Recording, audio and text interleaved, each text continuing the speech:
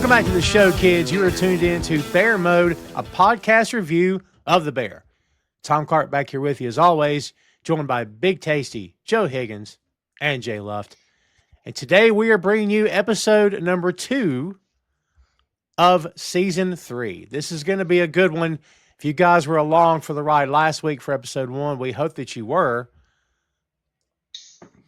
I may have lied again. I may have said everything's going to be chill. I was wrong. Nothing's ever chill here in the land of the Bears, everybody knows. Because episode 2 reminded us, yeah, everything's still on fire. It's just a different degree, a varying degree of the temperature of the fire, I suppose. But we're right back to the mayhem here this week. You're welcome, everybody. Tasty, before we get started, chaos reigns, and most of this episode takes place really in one centralized location for a lot. I think almost all whole episode. But the chaos is back. What we either love and or hate about this show. What's your thoughts about this one coming in? Yeah, it's not saying bad habits are creeping back in, but people have reverted to type a little bit. There's a little bit of breakdown of communication. We're seeing some of the fallout still from the end of season 2. It's another episode, like there's an episode in season 1, another one which is almost set in real time, and is almost done in like a continuous take, and it's all set in one location pretty much. So they're going back to the well for that, which is good. It's nice that even like as we're sort of creeping into season 3 now, they're still playing with the format. That's what I like about the Bear. As one of the many things I like about the Bear is they're not afraid to mess about. It's not you can call it a lot of things, but it's not cookie cutter, is it? They're always playing with the format. They're always playing with the way they frame things. They're always playing with the way they shoot things, even if it's like episode lengths. I didn't get this felt like a much short. Yeah, 27 minutes. This is a really short episode compared to the opening. So they don't off. They keep you guessing. If it was to use a sports analogy, they throw a lot of off-speed pitches at you. They don't let you settle. They keep mixing it up. The no huddle offense, right? Yeah. So like, yeah, I get you. Joe, what do you think? You agreeing with Tasty on this one? Yeah. Even from the opening, I was like, "Is this the Bear, or am I watching like the reboot of Cheers?" It felt very like a sitcom intro of just blue collar workers.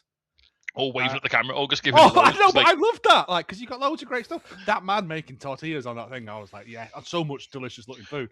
I've never been so glad. So I watched this as my tea was in the oven, and I was so glad that like the food was nearly ready. Because goddamn, the first like 2.5 minutes as I was done, not make you hungry, do they? Yes. But yeah, it is kind of similar to, I can't remember what the episode is called, but it's the one with the donut and the yelling, and well, that doesn't narrow it down. Well, it's after the sort of weird calmness of last week's, we've gone right back into it. And like they said, it's still dealing with the fallout of that. Like Carmy may have apologized to Richie, but Richie has not forgiven him. And there's just all this other stuff that they did their open night, but the friends and family, but they're still not open. So and that was 2 weeks ago, a week ago. Is it? Wow. No, I'm sure when thinking, it could be the day after, but I'm sure I thought it was the day after. I'm sure when Uncle goes out, he says, "Great food last week." So yeah, but it would make sense for it to be 2 days later, wouldn't it? Really, like they haven't got the money to hang about, have they? But yeah, so it's kind of real time that we're seeing these one episode a day. I got the impression the way that the time kind of like was laid out from this was that the last episode was like a couple of hours before this one. He could be. He was there stupendously early, wasn't he? Yeah, and he pretty much like all the flashbacks were him prepping every dish that he had in front of him. And he did rearrange the dining room as well. Yeah, so it's the same day. Yeah, and he's literally stood there looking at the dishes as the episode opens up, and then he's measuring peas for some reason. Which I mean, technically, theoretically, if the France Republic was on a Sunday and this is now Monday, it would technically be last week. But I think Cicero would have said good food last night or good, if it was. It doesn't matter. But now thinking about it, it is the next day. It has to. You can infer from a couple of things that since the end of season 2. Like, for example, this is the first time Richie's been in the restaurant because they have the kickoff about the tables. Yeah. Hmm. Yeah. I don't know any actually, questions about the tables. Probably. probably. Probably Eddie 2 days. Monster. Probably like 2 days, isn't it? Because he has I think it's the next day. I think because he gets there super early. He writes out a list of non-negotiables, and he's having flashbacks. Without paying attention, I almost got the feeling, because like in the first episode we see Carmy come in early, and by the time he's finished cooking, it's dark. Yeah. So I think it could almost be implied that he's not left. Like he's just come in like 8 o'clock in the morning, and it's been 24 hours, and he's just gone through the whole menu like changing it all. Yeah, because Sugar's been like, "How long have you been here for?" and he won't answer it. Yeah, he says, that's it. And we have that little scene in the last week's episode as well, where Sydney's like getting him to apologise to Richie. Yeah. Oh well, we assume it's Richie. It could have. It must be at least. It must be at least a day, because Sydney's dad goes and gets food poisoning from wings. So yeah. So it must be. This is not important at all. We're getting bogged down in the weeds here.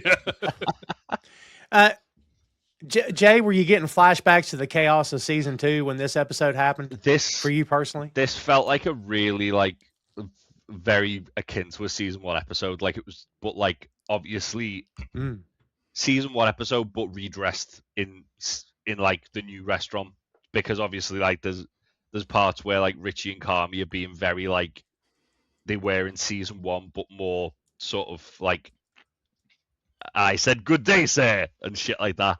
And it did feel very much like a season 1 episode. Like, for example, this could have been like the second episode of season 1 in like another like in if the show had like another sort of like format to it. And I think that was probably done by design, I imagine, because it is very much like, just because they've redecorated, there's still a lot of the same lingering problems there. And that kind of gets addressed in this episode as well, to a degree. And as you guys said, like it does feel like a lot of people are kind of regressing back to some of the sort of toxic behaviors that they were doing before everything else. In particular Carmy, but like Richie's sort of like shown glimmers of like some of the stuff that he do, where he was being a little bit like petty and like very aggressive about things. Sugar's kind of like skirting around issues that she should just be like addressing head on. Sid's being extremely passive aggressive. And it's like no, everyone's kind of got the right idea of what they want to do, but they're all being complete arseholes about it. Yeah. It's easy for people to be shitty. But what's not so easy is to stop being shitty. So like, even though they're regressing, like you guys said, it takes an effort to break habits. It takes an effort to not do those things. So like, I don't say let's give them a pass, because you shouldn't be shitty to each other. But at the same time, they've been doing this to each other for years. Yeah. So like, it's going to be tough for them to fall to that habit, right? It's going to be easy to fall back into it, as we saw in this episode. Like the way the episode starts with Carmy, kind of like, as we see from the last episode, Carmy's coming kind of like laser focused on getting the star. And he's ignoring everything else. Like he's ignoring all the other issues. It's like he's in fight or flight. Like, we have to do this. We have to do this now, or the ship's gonna sink. And it's like, obviously, yes, you are on the time scale. That's correct. Yeah, but mate, I don't think the restaurant's gonna close next week if you don't get a Michelin star. It's a lot of like stuff that we were criticizing both Carmy and Sid about in the last season and season 1, where they're trying to run before they can walk. Mm-hmm. And like they've literally they've done one service, and he's already like, right, we're gonna change the menu every day, we're gonna plan the menu every day, and it's a lot when a lot of that team are still very much, as we find out in this episode, very much still in training. So to put it into Yeah. to put it into a more familiar context for myself and maybe for you, Jay, Carmy's one of those guys who would throw his entire Warhammer army away if it wasn't the best one in the game anymore, and then buy a new one instantly. Yeah. And people like that are the worst. Carmy's like one of those cocktail bartenders who decide every day I'm gonna just like make new specials, and everyone needs to know them to my standard, even though like it's something I've come up with at 3 a.m. when I've had too many like tequilas after work. Wow. And that's the energy I got from that, from my experience in that situation. Jeez. But yeah, Well, yeah, not toxic at all. it's a lot. It's a lot. It's a lot. Like we said, a lot of chaos here, a lot of back and forth, a lot of. It's a very talky kids. First episode, not so much. A lot of talky here. And speaking of talky, we're going to go ahead and get into it. This episode is entitled Next. Original air date for all of season 3 is June 26, 2024. This one's directed by Christopher Storr on a story by Storr for the teleplay. And also Christopher Storr and Courtney Storr for the story itself. 10 episodes in season 2, kids. The last episode, as we said, very talky, very flashback heavy, as we saw Carmy's memories as he reflected on the kitchens, people, and experiences that shaped him into the chef that he becomes. While trying to regroup after the chaos of friends and family night, we see Carmy's time training under chefs like Chef Daniel and Chef Terry, while also reliving the emotional abuse he suffered working for Chef David Fields.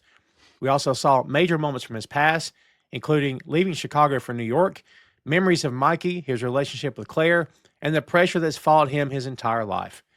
Carmy tried to make things right by apologizing to Sydney for leaving her alone during opening night and for going off on Richie as well, while Marcus quietly grieved the loss of his mother. The episode ultimately revealed that Carmy was the chef behind the life-changing meal Sydney described back in season 1, tying their stories together as Carmy stood alone in the Bears kitchen trying to figure out what comes next. And that sets the stage, kids, for where we are. We open on Sid and her dad as he's trying to get to the bathroom. But it's her bathroom time. This is awesome, guys, because she's in there standing still, not doing anything, and talking to him.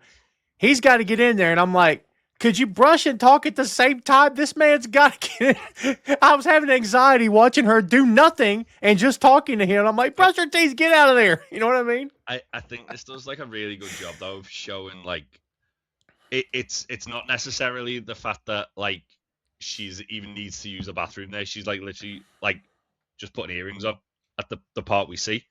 But it shows really well, like obviously like how sort of like small that living situation is and like how they're on top of each other. So it kind of seems like bathroom times like the time they get away from one another and like just a bit of a breather to kind of like get ready for the day sort of thing, as opposed to being on top of one another. But yeah, it's Dad just like maximizes his minutes every episode.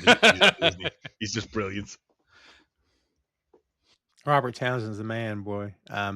She ends up coming out, going to the kitchen sink to brush her teeth, and he starts talking to her through the door, which she thinks is gross. By the way, it's totally gross. Why? Don't do that. It's not doing it. Gross. It's just me. She's asking him if he's taken his benezapril, which is an ACE inhibitor used primarily to treat high blood pressure. Yeah. And when she goes to leave, he opens the door and tells her he feels 10 pounds lighter. And this is dad stuff right here, guys, for sure. You know it's rank in that bathroom.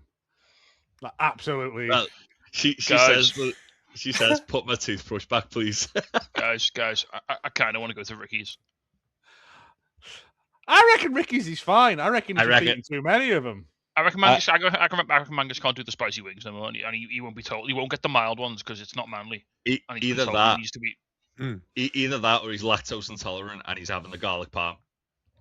Oh, could be. Or the blue cheese dip. Or the blue cheese, dip. I mean, you'll be all right. But yeah, I want to go Ricky's, man. I want to see what these wings are all about. I want to take them on. I reckon it's probably an absolute shithole, but it's a proper dive bar. Yeah, but they'll be the best wings you'll ever eat. No, them wings are cooked in old oil.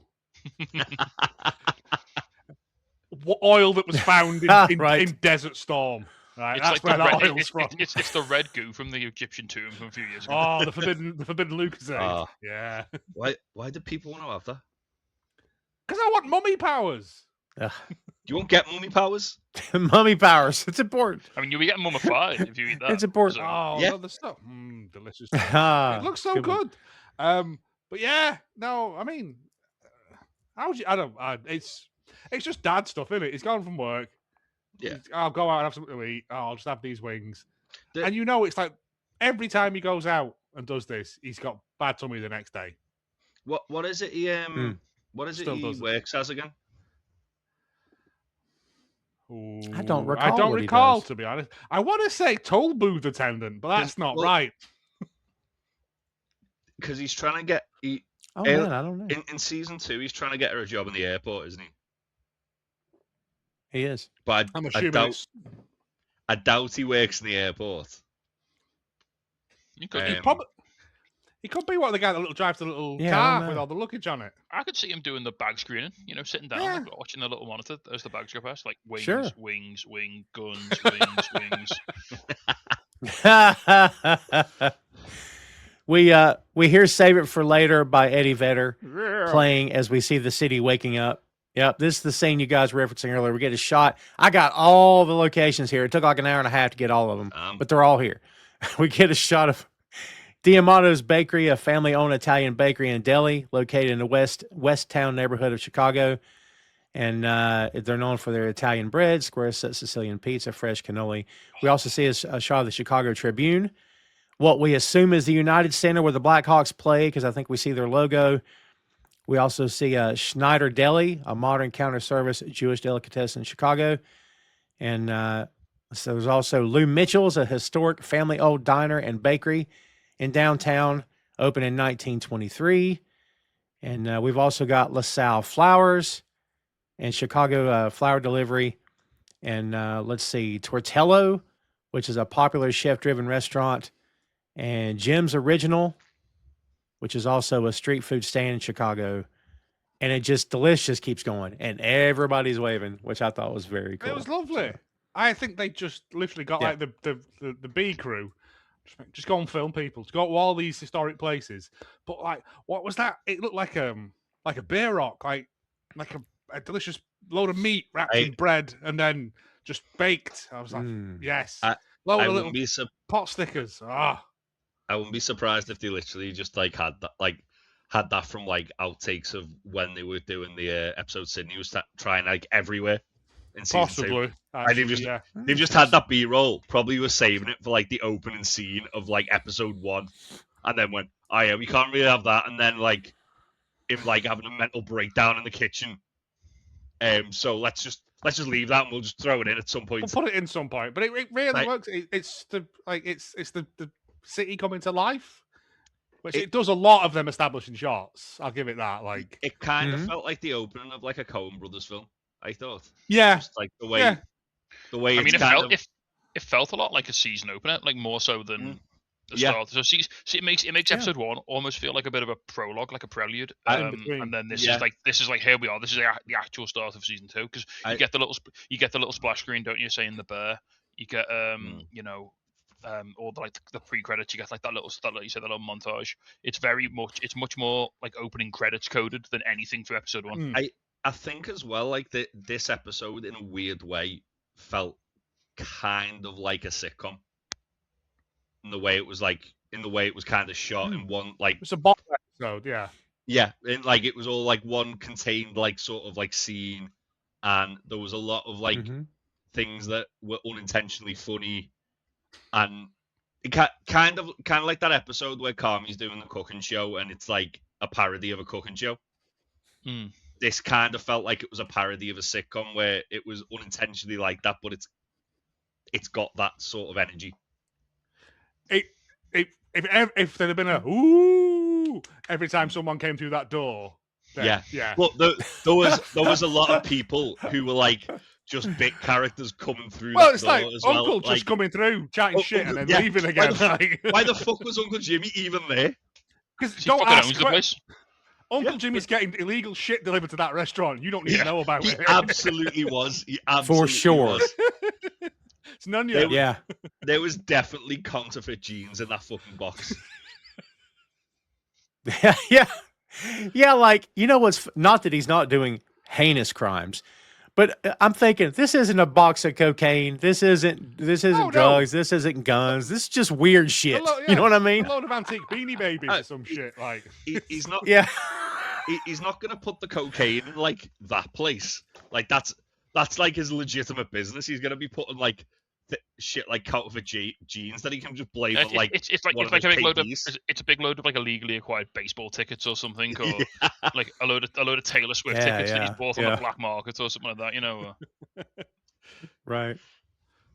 Yeah, they well, we go from all this opening to Carmy in the kitchen with tweezers and the peas. Sounds like a 50s doo-wop band. That's my favorite. That's my favorite indie songwriting duo, to be fair. As the worst detectives. Yeah, very reminiscent of the previous episode. When Chi-Chi comes banging in like hard, he's loud with it. He is played by Christopher J. Zucchero, who is also the real-life owner of Mr. Beef, the iconic Chicago sandwich shop that inspired the bear. For a guy that's not an actor, he doesn't do too awful bad right here, to be honest with you. He gets to be on camera quite a lot if you watch YouTube. He's been in a lot of YouTube videos. From obviously the Beef, Mr. Beef's become quite famous over the course of the show, so he's gotten to become a bit of a media personality. But yeah, he's a real life friend of Chris Storer as well. So that's why Chris Storer wrote this show, is because he spent time around Mr. Beef. And that's why he's in the show. I think he's a consultant as well. One of the the sort of culinary consultants or something like that. Why aren't we friends with a man who owns a delicious beef sandwich shop? Like, where did we go wrong? Because I ask myself that every failed, day. Joe. That's why. That's my new mission in life. That's my half-year resolution. Just gonna start hanging around Derek's until we befriend a beefy man. Yeah. I was gonna say, me and Tasty know someone who works in a sandwich shop. We just don't get any free sandwiches. I'm not bothered about the freeness. Just be able to go in and be like, "Hey, it's the man with the golden dick." You know what I mean? Have that level of. Yeah. When do I get to be the man with the golden dick? When's it my turn? When's it my turn? Yeah. Mo said it was my turn with the golden dick. I just get corrected on my Spanish pronunciation by a Czech guy. That's all I get. Yeah, my troubles. Yeah. We do get good service though. He's a good man. We do get good service, and he gets really shy when I call him Juan, and all the girls laugh at him in the shop. Is that not his name? He's called Jan because he's Czech. Oh, right. But Jay calls him Jan because he works in a. I call him Spanish Juan because he works in a Spanish sandwich shop. Yeah. Stop it. Which we will take you to, Joe, next time you're in Liverpool for a sandwich because it's very nice. Yes. Oh, yes. I bought so much bread at the weekend. There's a pub next door. They'll take the sandwich into the pub for you if you order it. I mean, this is a dream come true, isn't it? Really, it is the dream. It's yeah. The Chi-Chi's delivering micro radish, and he asks, "Why are these things so expensive? Why are these micros so expensive?" He goes, "Because they're micro." And he's like, "You want to go burn one?" He goes, "No, I quit. Since when? Since last night." What are you thinking about your health? He said, "I'm thinking about the 5 minutes it's going to take me." That's the most calmy thing ever. He's quitting smoking. Not because it's killing him or it's unhealthy or it's too expensive, but because smoking a cigarette takes too long. But that's the thing with the way Carmy's reacting to everything like else being on fire for him, is that he's cut out something that he probably should cut out of his life, but he's replaced it by like obsessing over the place to the point where it's like he's not gonna have a break. I mean, isn't this just Claire? But with cigarettes, he's just cut out Claire because that's the distraction. Cigarettes distraction. Just smoke it faster, mate. Just don't breathe out. To be fair, if we get to, I mean, I don't know if by the end of season 5, he's not just rubbing straight nicotine into his eyeballs, then on his gums. Oh. I want him to be like Krusty the Clown when he's got all the nicotine patches on and he's licking his elbows. Oh, yeah. I knew when he said that. Oh, man, we're probably in for some chaos. It just felt like, he's going to be laser focused. And he says, well, speaking of time, you got to get this beef window open. the regulars are talking shit. He goes, yeah, I know, I'm aware. He said, but you don't hear it like I do. And he says, well, how do you hear it? He says, yo, fuck this fancy fuck. I want my shit. And he says, yeah, we can open it tomorrow. And then, Chi Chi starts talking about old times, about Carmy slicing bread, and they're wiping tables. And he says, it felt like we could have done anything. Probably a little different for you. And he goes, why different for me? He says, different because you know what you wanted to do. So you were like this. And he says, you were like this, and we were like that. He says, you mean like more possibilities? He's like, yeah, it's exactly what I mean for us. And then he says, I got a cruise, and he's out. Like, it's a very minor conversation, very small. But in the grand scheme of things, you get another little bit of texture, another little bit of exposition about how things were, because all these guys know each other. They all, you know what I mean? Grown It's up the idea together, of growing up in the same neighborhood, and that's it. Yeah. I mean, to be fair, to give this guy Yeah. some credit, if there was a banging beef sandwich shop near me and it was my go-to spot, if I was the man with the golden dick and I was getting my sandwich every day, and then all of a sudden it's shut to become this like Michelin star chasing $175 posh restaurant, dollars. £175. I don't want 9 courses, mate. I want a sandwich on my lunch break. What, a I know. delicious sandwich and some fries. That's all Yeah. I want. And the Where's thing my is, fucking as shit? well, Pepper. like, Yeah, I'd be kicking off as well. To be fair, so yeah. yeah, and the thing which Carmy's probably not really like seeing the bigger picture on as well is that like a lot of the fucking ingredients and shit that he's going to be getting, those beef sandwiches are basically going to subsidize that. They're going to like the amount of regular people and people who will just go on the lunch just to go get a sandwich from there. It's like that will cover all the fancy shit. So he does. He's right. He does need to get the fucking beef window. You've got people in prepping food all day. Just get the beef on. Yeah. I think they said this at end of season 2, though, wasn't it? It's because Ibrahim's not got his City Safe certification or whatever it was. I'm like, get it done. Get that window open because that's your bread and butter. That's like you said, allow you to buy micro radishes, which I'm intrigued. I want to see how small they are. And better vac sealers apparently. Cryovacs, yeah. Cryovacs, yeah. Yeah. But yeah, like he's like he seems to be focusing as always on like the wrong things. Like even with the non-negotiables list, which we're gonna probably talk about in great detail in a moment. Like a lot of the stuff there, he's right. Like that's little things that you need to get right to get a Michelin star. But also, there's a lot of stuff there where it's like, well, you need to get all this other shit right before you can even entertain a star. What's the first non-negotiable? Respect tradition. What's he done? Not open the fucking beef thing. Yeah. I just want a beef sandwich. He shut the shop. It's something else I picked up too. Is like whenever he's put on the spot, he'll just say, "I'll do it today. I'll do it tomorrow." It's his go-to when he don't want to think about it right then, right? Push it to the next day. Yeah. It's future Carmy's problem. Yeah. Yeah. Sugar comes in and asks Carm how long he's been there, and he says for a minute. And they tell each other good morning, and she says, "Did you call Richie? Don't worry about it." Of course, yeah. Says, "Did you call Richie? Do I want to know about Claire?" And she says, "Nat," and she says, "Carm." Says, "So how long have you been here?" And he says, "I'm good." She goes, "Yeah." He goes, "Yeah." Focus. She goes, "Okay." You? And he said, "Well, great, good, fine, shitty. Like, do you want to pick one?" It's not great 8 a.m. stuff, which is a good line. It's a good line, yeah. That's what it says, "All right, you got me." Like, you got me. And she says, "Well, I'm going to have a kid in 2 months. I wish I could just push a button and get the baggage put away." He says, "That's like 4 p.m. stuff." Yeah. She's like, "I told you." Abraham comes in, and she looks down and sees his notes. And Sugar says, "What's this?" And Carmy says, if it's the first time we hear it said many times, "Non-negotiables.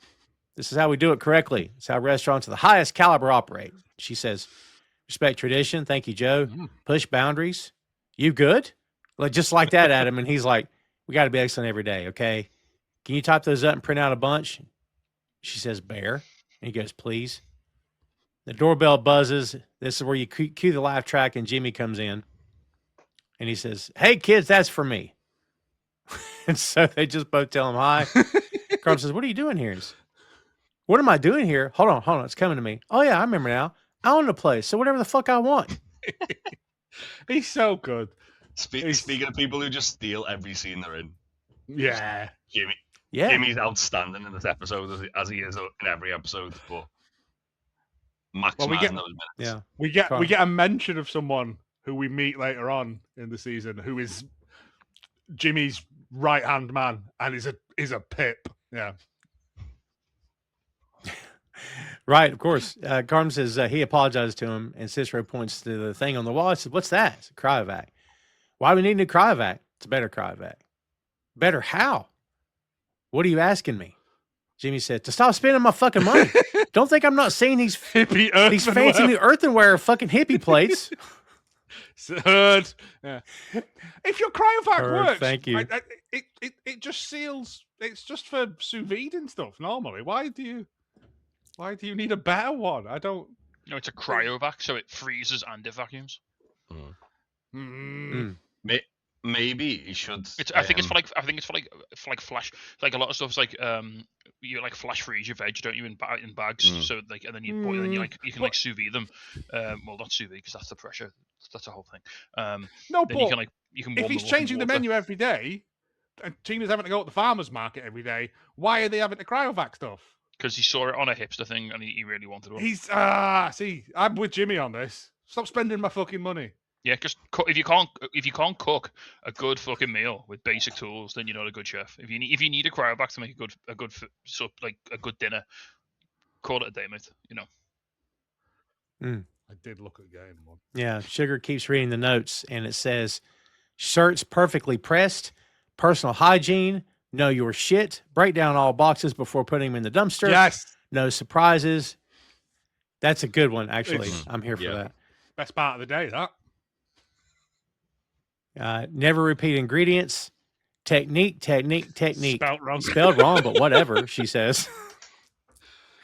Change menu every day. Constantly evolve through passion and creativity.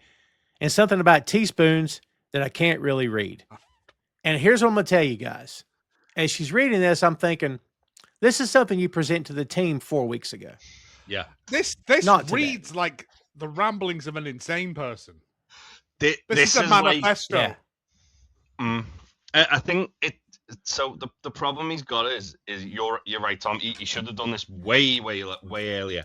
But also, like he's already seen how people react to change when he was trying to do it when it was the beef. Now he's trying to do it in the bear when they've literally done one service, and it's not like it's. Well, actually, no. A lot of them are like just like regular, everyday little things you can do to maintain good service, good standards. As you said, Tom, though, the time to learn this was when everyone was doing training. Yeah. Oh yeah, 100%. Yes. And a lot of the stuff, like the menu thing, is insane. Like, I get it because it's like a lot of these places they kind of like cater the menu to like. Yeah, but every day, no one's coming. No one's eating him. No once one's a month. doing that. No, like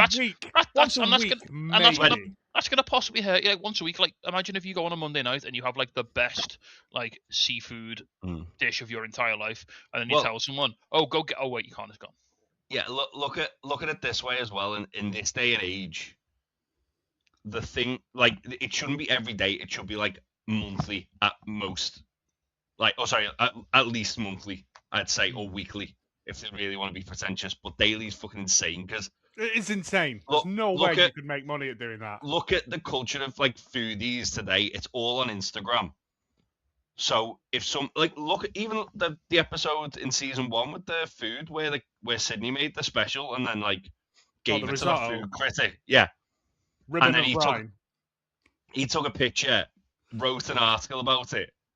It went viral. Like, if they want to, I get what he's saying with the Mission Starship, but if they want to like get people through the door and build the following to then be able to go do that shit, they're overthinking. Like, they need stuff that people are gonna go, "Oh, have you seen this?" And then someone got to go there. They've got a banging thing. Yeah. Not. Oh yeah. Crazy. I went, but they weren't doing it. They were doing this instead. It wasn't as good. or it wasn't Chaos what I menu, wanted. baby. and Jay, Woo. yeah. Change one And Jay, item to on your the menu point, a the day. day- Like it's just Yeah. the whole thing. Yeah, Isn't it? If that's you're doing 9 literally courses. that's what specials 9 are for. nine courses a day, and Yes. you're having to write 9 new things, never repeat stuff.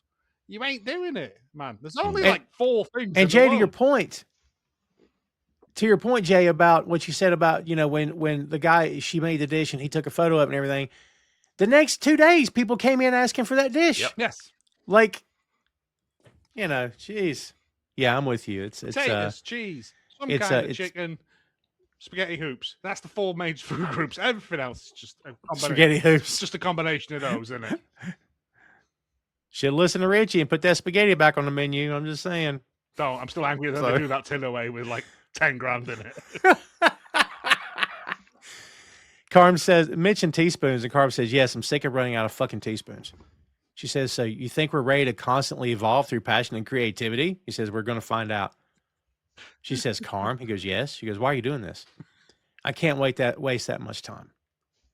So I think some of my heart just broke. It's a good thing, Nat. Jimmy sets down a coffee for sugar, and Carm says, whoa, where's mine? Buddy, I called in to get your order, but they said you was back in the fridge yelling at yourself.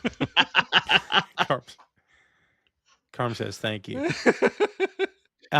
Thing is, you Buddy, can't I clap back knew. at Uncle Jimmy, can you? Because you just can't. He's No, like a he'll sniper. have It just headshots every time. He's just bulletproof, isn't he? Yeah. He'll have something to come back with you. Yeah. Yeah. You just, it's best not. Just keep your head down and accept it. Yeah, he's a benefactor, so it's hard to push back. Yeah, Sid comes in and you can see that she's surveying what Carmy is doing, the notes and everything. Turns out there's several dishes there. She's trying to be cool, but buddy, the wheels are turning. Carm says, "What's up?" She goes, I don't know. I guess I'll start with, what is this? And I'm like, oh, that's right. He doesn't talk to the person he calls his partner. I forgot about that. It's awesome. Hmm. And he calls it R&D. She goes, you redid everything? Well, yeah, I subtracted and I pushed. Okay, you want to spell out for me exactly what you subtracted and exactly what you pushed? Said we're going to get a star. And she laughs. And he goes, what? She goes, I thought that was a trap. Carm says, I thought we were going to be dialed. And at that point, if I didn't need this job so bad, I may flip that guy off and go home. Because I'm like, oh, now you care. Mm. Cool. Yeah. Well, I'm so irritated with him right now, I can't even tell you. she can't. She's co-owner.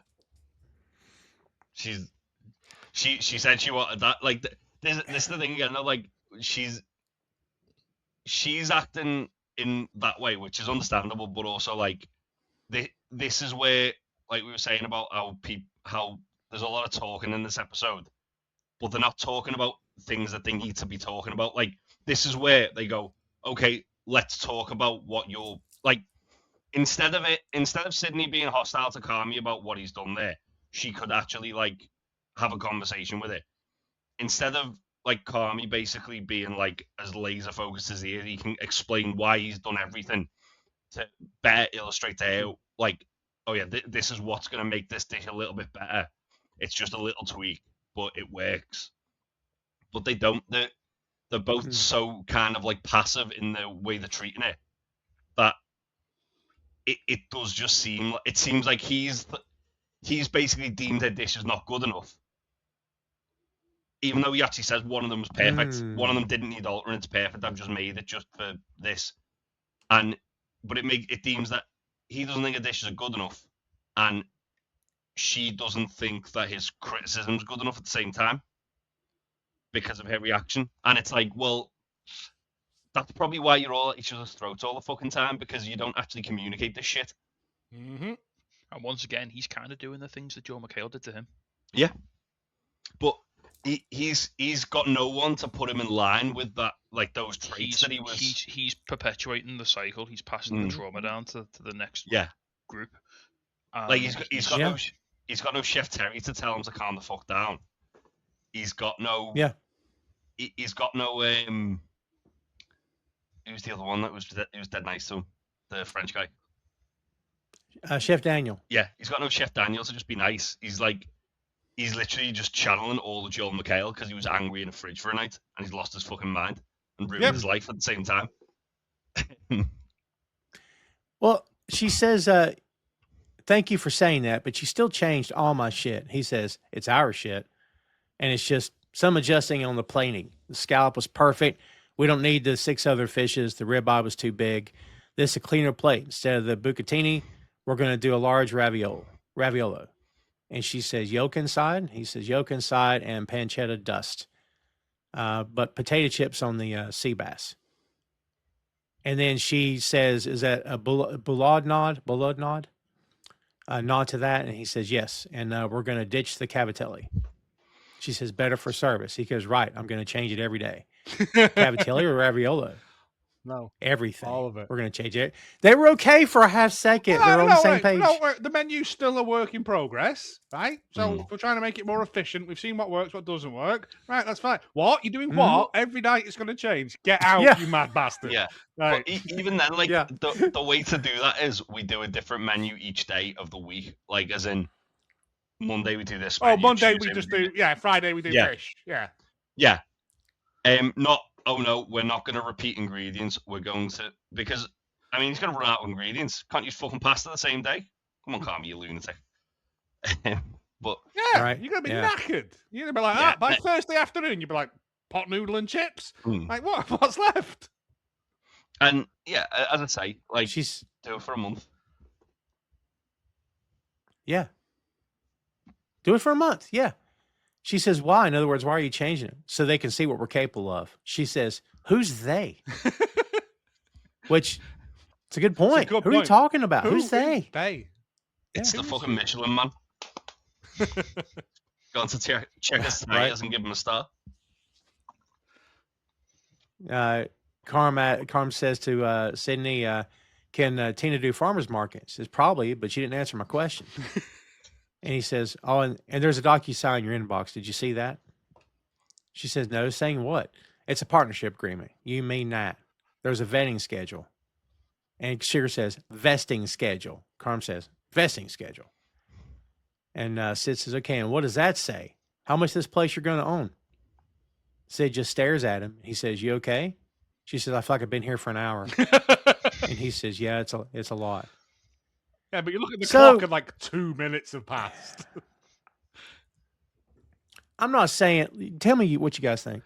I'm not saying that this is what the character did on purpose, but it kind of feels like I'm going to hit her with all this insane effing change the menu every day BS and then tell her, paperwork, huh? You're going to own part of this, all right? It's almost like, my bad. See, it's okay. You're going to own part of it. You know what I mean? Like a compliment sandwich or something. It feels like he's having a manic episode. Yeah. I think it's, again, though, it's Carmy not knowing, like, where, like, what to prioritize. Like, that should have been the opening thing. We're gonna sit down. We're gonna figure out who owns what. That should have been the opening thing. Then that should be the opening thing like a month ago. Yeah. Yeah. Oh, no, 100%. Yes. Why have you only just got this document put together now? But then it's like, well, okay, now I'm gonna go through my whole fucking obsessing about getting a Michelin star shit. Yeah. But because he's that, like, and I think it kind of feels like it's like a defense mechanism with Carmy, like the way he kind of like does this stuff, because like obviously he was insecure about like the way Mikey wouldn't let him work in the shop, so he went, all right, fuck you, and went and become one of the best chefs in the world. He fucked up his relationship with Claire, and he's gone, right, I've lost that, so now I need to get this.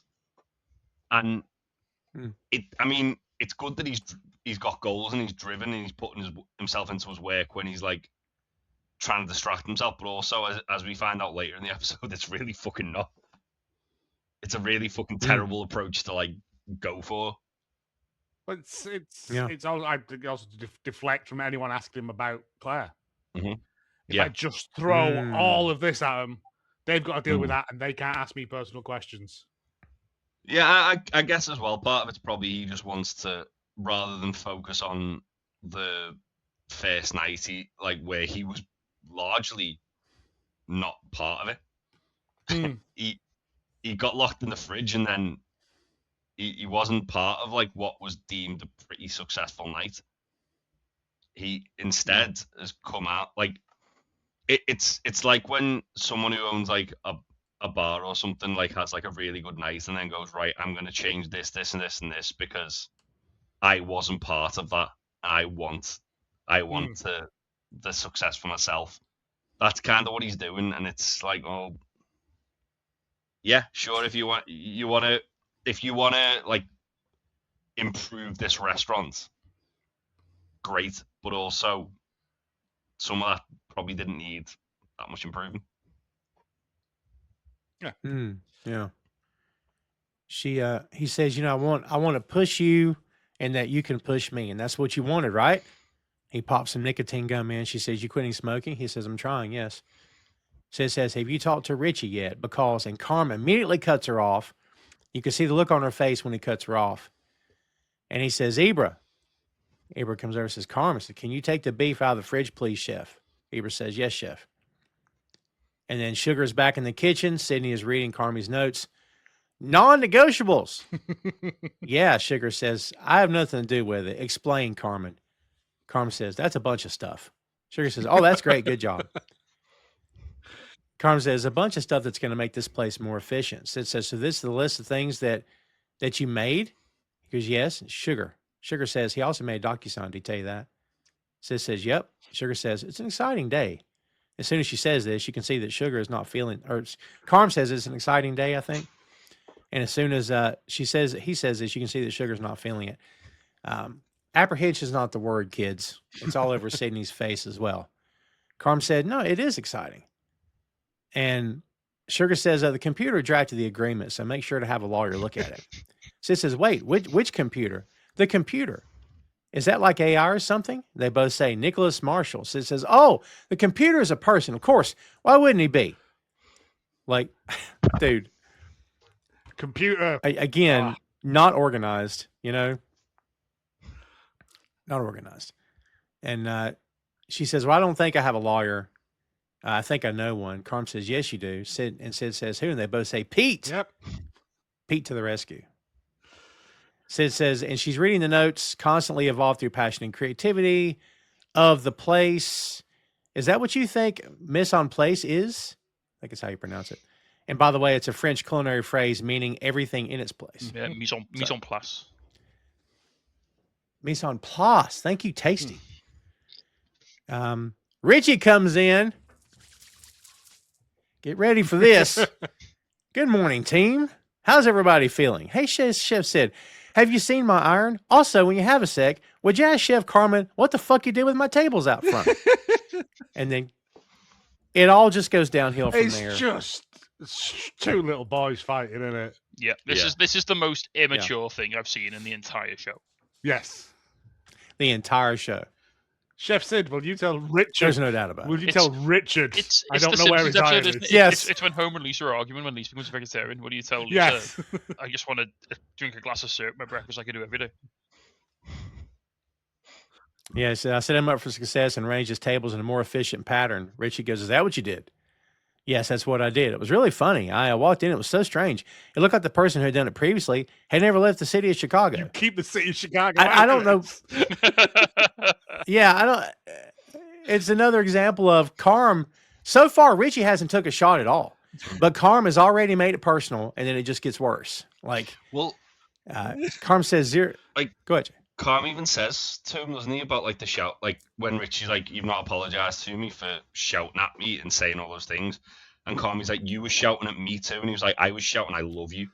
Yeah. And Carm was like that, like either self-involved or that like angry that he wasn't registering what Richie was actually saying to him. But that's the thing. At that point, they were both just yelling shit at each other. No one was listening to the other person, and Richie just went, "I love you," and walked off, didn't he? Like, because he's grown as a person. He's learned that, and then immediately he's relapsed back into this, obviously. But like Tom said, it's hard to break habits. Again, it's people who are doing a lot of talking, but not talking about what they should Not be listening. fucking talking about. Waiting for their turn to talk and not listening. Yeah, Carm tells him, I thought I'd give you a hand. And Richie laughs and tells Sid, would you tell Chef Carmen I can give him a fucking hand if he wants? I'll give you a fucking hand. Go ahead, give me a fucking hand. Like, what are we talking about right now? Like, it was like Richie. I'll give you a fucking Richie hand. was trying to do like just be the bigger man, be the bigger man. I'm gonna fucking hit him. Like it's just, Yeah. He managed about 45 seconds, which is a long time in Richie world. Yeah. Yeah, right. It's a lifetime. Yeah. Sydney tries to get them both to stop. She's like, I don't like this at all. Richie says, Sid, it's fine. Chef Carmen uses power phrases because he's a baby replicant who's not self-actualized. Oh. Great line. So many. Which is maybe why he repeatedly referred to me as a loser. So many 80s And movies references Carm- in this scene. Well, it's Blade Runner, isn't it? It's Yeah, and then he goes to Karate Kid after, doesn't he, as well? Yeah. And Carm, to his credit, very, very sincere, says, Richie, I apologized, which he did. Mm. That didn't come off as being smart ass or anything to me. He sincerely is like, look, I apologize. Yeah. That's all good. I don't need your apology. I know how you feel now. Also, I kind of get where he's coming from, Richie. Mm. Like, to be fair, the actual apology Carmy made, which Richie does say later, didn't feel that sincere. Like he was like, oh yeah, I said a lot of fucked up stuff. He didn't address what he said. He just said, oh yeah, I don't know what it says, and that's not a sincere apology. That's like, oh yeah, I was just annoyed, and he didn't say he didn't deny he doesn't feel that way. No, but also, yeah. How many times have they had those phone calls between each other? I know, but I don't think Carmy's ever crossed that line before with Richie. That's why Richie's so angry. Yeah, which is why Richie's so upset, and understandably. And I think like Richie wants to hear Carmy basically say, "I didn't mean what I said."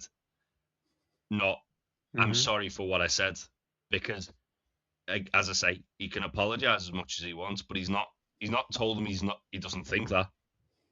And Richie says, he told me exactly how he feels. Like,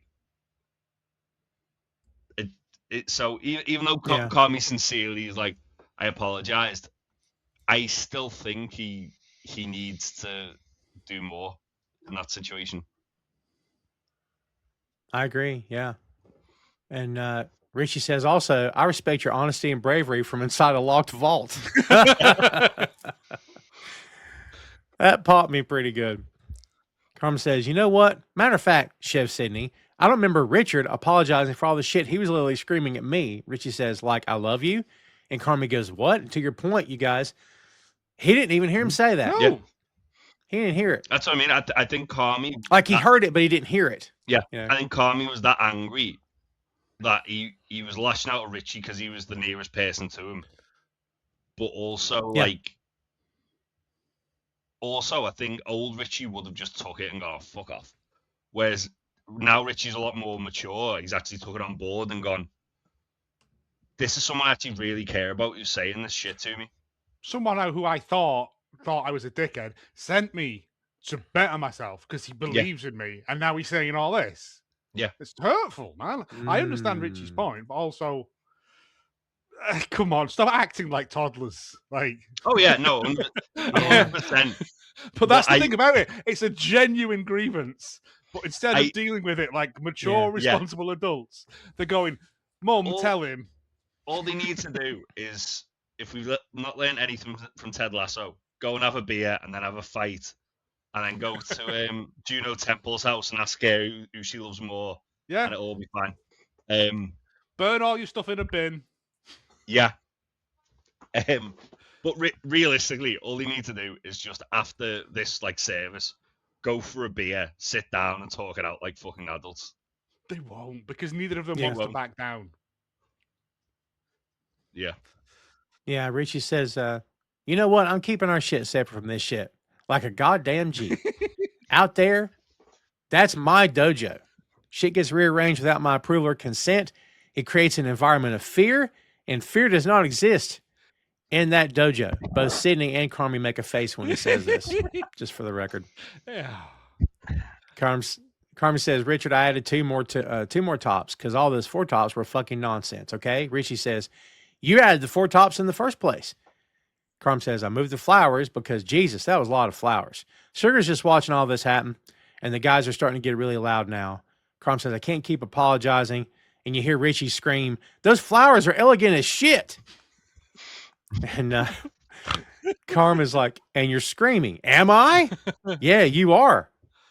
Oh, yeah, that's fucking rich. Is it? Is it fucking rich? Is it fucking rich, Richard? It is getting ridiculous at this point.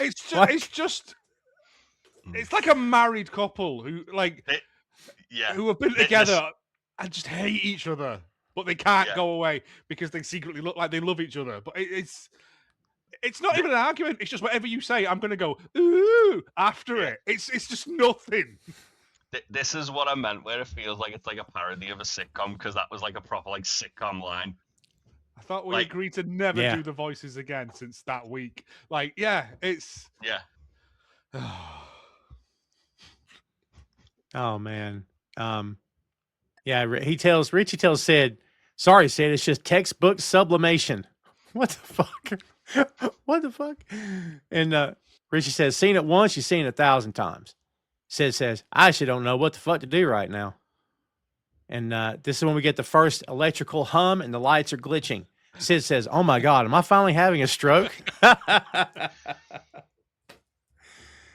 Oh, Sugar finally says, can you please stop yelling for like 10 fucking minutes? Richie says, I'm not yelling. Sugar sees the glitch and she says, am I having a stroke? And they say it's the lights. Richie says, facts are on the way. That's plural facts. How many Sugar says, how many facts? Richie's like, at least 2, less than 5. You're numbering the facts. You're never sure how many are going to come up. If you just say fact, that just means Neil fact. Facts could be up to 5. A brigade of facts is going to show up. Sydney says, how many are there? 8, 9. I always forget about Avery. Sid says, Christ almighty. Okay, Richie, here's what we're going to do. You got a problem, you got a question, you talk to me. Richie says, good. Sydney points to Carmy and says, he does not exist. Richie says, Chef Sydney, I have a question. What's this? He's looking at the notes. And then here we go with the non-negotiables again. And I think the word is said like 3 times in a row here. Richie, these are non-negotiables. And Carm says to Sid, I can sense the sarcasm. Sid says, no, not sarcasm. Snark. Contempt even. Like she's annoyed as well, right? And Richie says, Chef Sydney, follow-up question. What the fuck are non-negotiables? Sydney says, Richie, I wish I could tell you. They are on the page. You may read them for yourself. Richie says, interesting. I got to say that some of these suggestions, naturally, I would have suggested. Sydney says, great. But you know what? When it comes to something like vibrant collaboration, I mean, that can get fucked, right? Carmen says, no, you can get fucked. So here we go again. Oh. And the you can get fucked. No, you can get fucked. This happens like for 5 minutes or something. Oh, fun bit. The word fuck is used 68 times in the runtime of this episode, which I think is a record for the band. Well done. Well done. You can get fucked. No, please, after you. No, I insist you get fucked. No, please, you get just over and over. I insist that you get fucked, my good man. It's when you're trying to step past someone and they step the same step as you, and you do that little dance. It's that, but with swearing. Yeah. Yeah, Richie's like, also, when I see something like change menu every day, I mean, for lack of a better word, that is fucking demented. Yeah. Crump says they are non-negotiables. They are not to be negotiated. Richie says, I'm already negotiating that half of some of these are complete bullshit. I like that one as well. Carm says, sorry, I forgot you worked in a three-star restaurant for 10 minutes. Richie says, all right. Thought experiment. Richie just throws words out in the conversation, but honestly. He's been reading that book, hasn't he? He's like, he's reading bits from the Bagvada and stuff. Like, he's trying to expand his mind and use phrases, but he doesn't quite fully understand what they mean. Right, yeah. Yeah. What if I changed the beef sandwich every day, huh? What the fuck would happen then? Carm says, probably would have gotten better. And that's when Sid says, shut up, stop. And he says, it's true. And Sid goes, not really. Like, even Sydney's like, I don't know that Sydney's siding with Richie because she don't want to hear any of this. But at that point, I kind of feel like, yeah, you can stop now. Quit crapping on this. Let's just both stop. Everybody stop. Nobody's But no one can stop here. Nobody's gaining anything from this. This is just No. like the worst dick measuring contest ever. It's literally, considering Carmy starts the episode by saying he wants to stop wasting time. He's literally spent like 20 minutes wasting time. Yep. He's just You could have had, fiddling like, 5 with cigarettes at DPs. this point. He He could could have. have done. Right? Oh. Sydney says, okay, Richie, think about it this way. These are goals for us to, and Carm goes and cuts her off. No. They're not goals. They are musts. They are non-negotiables. We want to get a star. This is what we're going to do. Sid says, you two can keep talking shit, but this is what we have to do, okay? And Carm says, they're non-negotiables. They're not to be negotiated. Sid says, I know what they are. And Carm says to Sid, you don't think I can do it? And I'm like, this guy's off the reservation at that point. He is completely, right? Like, what are you talking about? Yeah.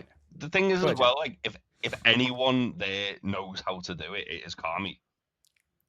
Because he's done it. But also, it's like, so in a way, I feel like they should be kind of like, not necessarily like embracing it all, but they should at least kind of go, all right, well, to be fair, he does know what he's talking about. Yeah, but because some of it is mental. Oh yeah, no, some of it is mental, but like, because they've not had that conversation about it, and he's just wrote a list and said this is happening now, as opposed to going, right, this is what we expect of you, and this is why we expect it of you.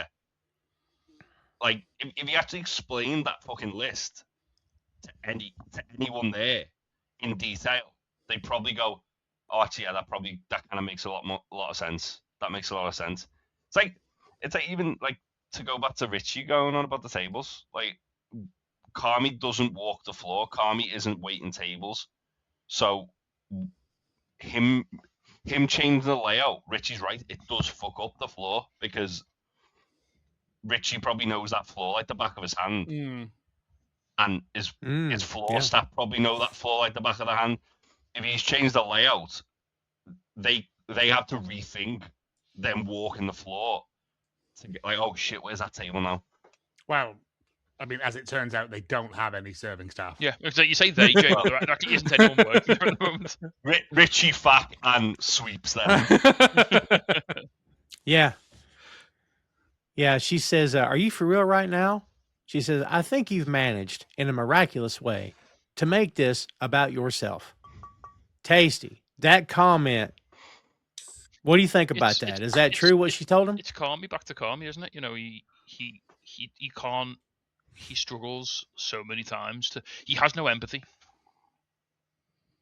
He can't put himself in somebody else's position. He's only got, all he can think about is, I mean, he's doing the wrong thing and this is classic Carmy, he's doing the wrong thing for the right reasons, because he's trying to, like he said, like, he wants to push everyone, he wants to, like, everyone's got to get better, you know, they've got to get a star, they've got to do this, got to do that, but he's just in no way going about it the right way, and like, you can't lead like that.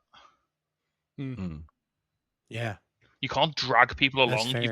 You've got to bring people with you. You can't just drag them behind you. Yes. Yeah. You can't force them on the bus. They got to get on the bus and want to go with you. Yeah, otherwise right? they You can't. no one's gonna like, if they do get a star. What does it even matter if everyone hates the entire experience? Yeah. Well, that's the thing as well. Like, he wasn't asked about getting a star, was he? It was Sid who was like, kind of like digging her heels and like, I want to get a Michelin star. Yeah, but it's almost like he's gone psycho mode, and he's like, okay, you want it, I'll give it to you, but you do exactly what I say all the time. You know, well, no, it's collaborate. You know, it's like, because he's disappointed so many people, he's like, the easiest way to please somebody is get this fucking star. So let's get this fucking star. But if the only way to do it is to be a prick to everyone, then maybe don't do it. You know? Yeah. Yeah. What does it cost a man if he has everything but loses his soul? Yeah. Change the menu every day. That's what it costs. So, yeah. I mean, Neil and as soon as Cicero finds it out, if he doesn't punch his lights out, then there's something seriously wrong. Cicero doesn't take him for a little drive in the car near the docks and just like threaten him a Near the bit. docks. Like, you know what I mean? Show him where he dumped the last body. Neil and Yeah, there's just two large gentlemen in the back of the car called like Leroy and One-Fingered Alan. Yeah. Joey bag of donuts, right?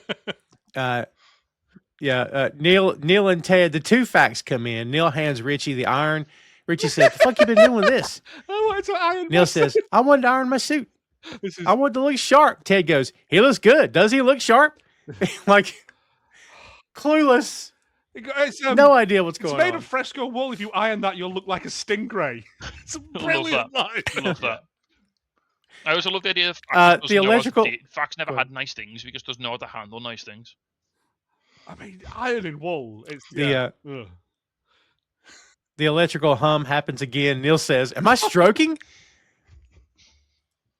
And Good little Ted boy. says, "Gonna fix some lights, send out some vibes." Richie goes, "The vibe's up there, Ted." Neil says, "Why is everyone standing around? It seems bad." Carm says, "It's not bad. We're fine." Richie goes, "Nah, buddy, we are not fine. Chef Carmen has instituted." Carm says, "No, we're fine." Richie goes, "Insane." He keeps talking, "Insane fucking policies." And Carm says, "Richie's being an asshole. That's normal." Neil said, "Nat, the vibe's weird." I love that Fact Carm just tells defaults Richie. to sugar. Like, whenever anything's All the bad, time. it's just like, Mom, what's happening? "I'm scared." Yeah. Carm says, tells Richie, "You're such a fucking bitch." Richie says, "You're such a bitch." Sugar says, she says, "I know, don't be scared." What she tells Fact. This is a back and forth from hell. Yeah.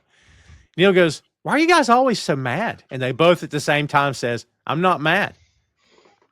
Like, you're delusional at this point, you know. Neil looks at the list, says, "What is this?" And they all three at the same time say, "Non-negotiables." And Carm has Neil taste something, and he I loves love it. that 'cause Richie, just without any consent, you open your mouth and just puts a spoon in there. I think it's just how they get rid of Fact. Yeah. Whenever you don't have to just leave a room, just give him a little pellet of Yeah. food and off he goes. Like, Go get him an Give- ice give- cream and leave him to it. give him a little treat, and then he'll shut up for a bit. Then it'll be all right. Yeah. Richie sees the box on the counter, and he says, "Are you writing time codes on the tape now?" Carm says, detail and specificity, yes." Richie gives like, "Yeah, P tendrils, 8:11 a.m. Then he rattles off all the P's and the times. 8:15. I'm And, trapped in a prison of my own design. Yeah. I love that. That was yeah. Carm's like, "Ted, do you have to do that right fucking here?" Ted says, "Yeah, we got to do this here." And Neil says, "Lights right here, Carm," which is good. And they try to start fixing the light. Richie's like, "Maniac." And Carmen says, "Sorry, Ted." And Richie's like, "Sorry, Ted. That's some real growth." Like he's still mocking the apology over the phone. Carm is screaming at Richie at this point, yelling out, "I apologize to you. I apologize." He just says it like 4 times.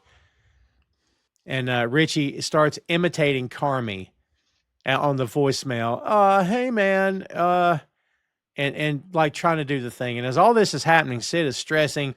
She's seeing flashes of the restaurant, the timer, the food, etc. She's starting to lose it. Tina comes in, tells everybody good morning. And she looks at the thing, the note. And again, of course, she says, "What's this?" Richie and Sydney say non-negotiables. And then Richie is still going, mocking Carm's apology. "That's not what I said, okay? I was just trying to be honest." And he tells Carm, he said, "You ran away from it." Carm says, "I didn't know how to respond to all the crazy shit you were saying." He said, "You need to do some negotiating with yourself." Like, what are we doing right now? He says, "Oh, yeah?" Richie goes, "You tell me." And Neil says to Sid, "I don't like this." He said, like, "It's bad." It's a tangled mess, this whole thing. This, as you kids can hear out there, it's a tangled mess. Richie says, "Change the menu every day." Sounds a bit like running away. "Okay, fuck you. There, all right? How about that? Fuck you." "Oh, no, there, fuck you." And they go back and forth again. And Neil says, "Please stop. This is scary. Too much, man. Please calm down."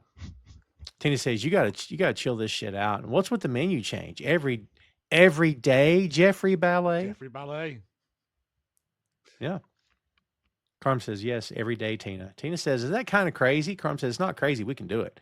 Sid says, in order to do it, T, you're in charge of farmers markets. And she's excited about this. Because, again, she's getting involved. Oh, yeah. And stepping up in a big, bad way. Yeah. Neil says, Carm, straight up, this is kind of Banana Town. How's it Banana Town? How is it Banana Town? Of course, like he doesn't know. We have to remember whole menu every day. He's like, what, you can't learn a menu every day? I think I could. Richie's like, stick up for yourself. Absolutely, we can learn a menu every day. Richie says, still, fuck you.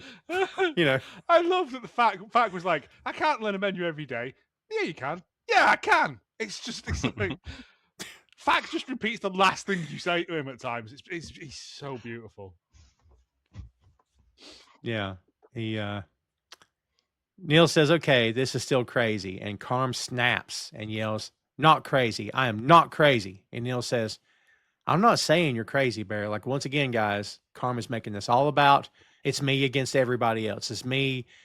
Everyone's trying to tell me I'm not good. This is the Chef Fields getting back in his head again and telling him that you're worthless. You're scum. You can't do this. We've seen as good as you can get. You're not cut out for this.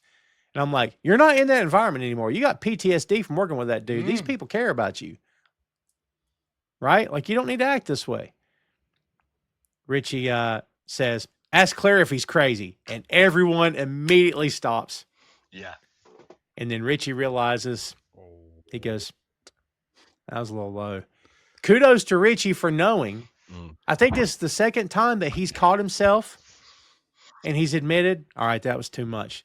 Richie, talk about, I know he's still cursing and screaming, but that's growth too, isn't it? Like, he knew he went too far in that moment. The effing and jeffing is just their conversation. That's just their day to day. Like, but sure. At this point, when he says that, and all the air gets sucked out of the room, and he's like, "Oh shit!" Yeah, he knows. He knows. Yeah. Like, old Richie would have stuck that needle in and twisted it round. Like, but he's like, I didn't actually mean to hurt you. We've been here before, back and forth. Though this is like when Carmy says to Richie, "Why didn't Mikey leave you the shop then if you ran it somewhere?" Yes. It's every. I mean, it's as we said this last season, didn't we? Like, these two have known each other for so long and they know each other so well that they know exactly when they want to. They know exactly how to hurt each other, like really quite badly. They know exactly just where to go to, like, really drive the knife in. Yeah. And they'll do it. Like, they'll just fucking do it. Like. Yeah. Ted says, I saw Claire Bear. And Cindy goes, Jesus Christ. As if to say, Ted, what is wrong with you? Like, because what can make the situation any worse? Oh shit, yeah, that.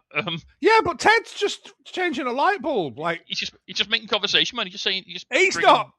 Yeah, he's not involved. He's just changing a fluorescent strip out. Like, he's not paying attention. Could you guys make heads? Could you make heads or tails of his story? Because his story is so weird. Saw her to friends. And Sid goes, Ted, why? Like, why'd you say this? Ted's like, it slipped. I was uncomfortable. You guys are yelling. I mean, it's all good. It's all good. Carm says, it's all good. He goes, like, yeah, you know. Carm says, how could it possibly be all good? Cindy says, I think it just seems a little impossible for it to, like, be all good. And Richie says, yeah, it's impossible that it's all good. They're all ganging up on Ted now. And Carm says, Richie, shut up. Ted, speak. And Ted's like, no, I mean, you know, like, we're all good. Like, right here. Obviously, we're good.